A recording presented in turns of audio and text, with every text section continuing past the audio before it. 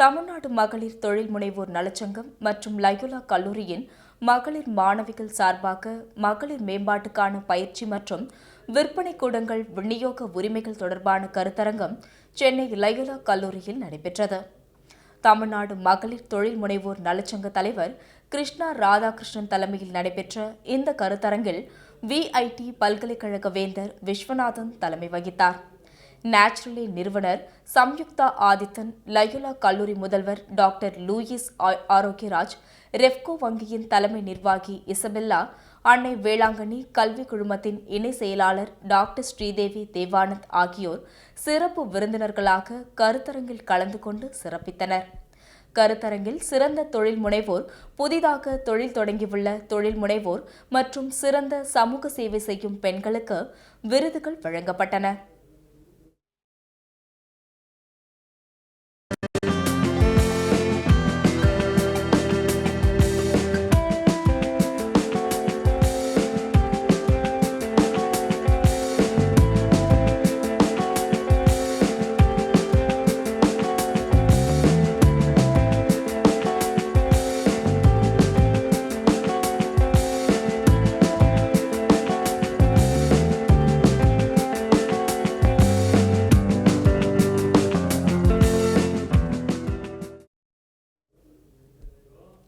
நிகழ்வில் herbal napkin, herbal shampoo, herbal soap தயாரிக்கும் பயிற்சிகள் மற்றும் விற்பனை செய்வது தொடர்பாக பெண்களுக்கு வழிகாட்டுதல் வழங்கப்பட்டதுடன் தொழில் தொடங்குவதற்கான கடனுதவியும் வழங்க ஏற்பாடு செய்யப்பட்டது.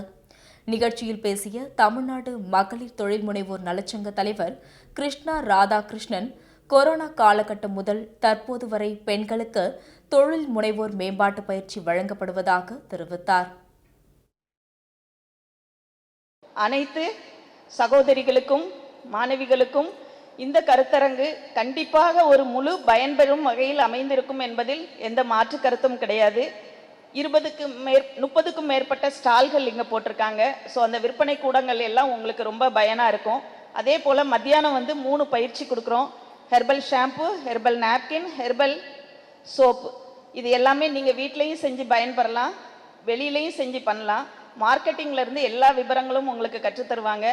11:30க்கு மேலே மத்திய மாநில அரசு திட்டங்கள் பேசுகிறதுக்கு அந்தந்த டிபார்ட்மெண்ட்டில் உள்ள அதிகாரிகள் உங்களுக்கு உங்களோட ஏஜுக்கு தகுந்தாப்புல, உங்களோட நிதி நிலைமைக்கு தகுந்தாப்புல நீங்கள் எந்த மாநில திட்டத்தில் போகலாம், மத்திய திட்டத்தில் போகலாம் அப்படிங்கிறத உங்களுக்கு விவரமாக சொல்லுவாங்க. ஸோ அதில் பயன்பெற்றுக்கோங்க. தொடர்ந்து நிகழ்ச்சியில் பேசிய விஐடி வேந்தர் விஸ்வநாதன், 67 ஆண்டுகளுக்கு முன் லயோலா கல்லூரி மாணவனாக இங்கு வந்தேன்.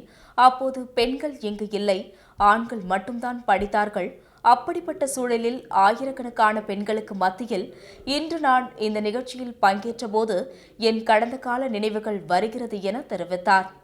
நிகழ்ச்சியில் பெண்கள் உருவாக்கிய படைப்புகள் குறித்தான அரங்கினை பார்வையிட்ட சிறப்பு விருந்தினர்களுக்கு நினைவு பரிசு வழங்கப்பட்டு கௌரவிக்கப்பட்டது.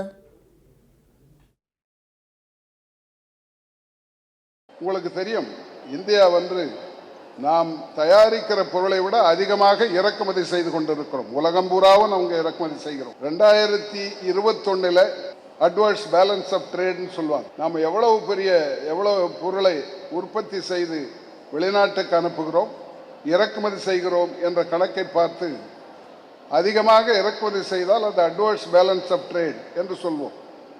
அது 20 லட்சம் கோடியாக இருந்தது. அதற்கு பிறகு 22 லட்சம் கோடியாக வளர்ந்தது. சென்றாண்டு அது 24 லட்சம் கோடியாக ஆகியிருக்கிறது. ஆக அவ்வளவு பணத்தை நாம் அந்நிய செலாவணி இழந்து விடுகிறோம். நம்மால் அதை இங்கே உற்பத்தி செய்ய முடியும், ஒரு பெரும்பகுதியை செய்ய முடியும்.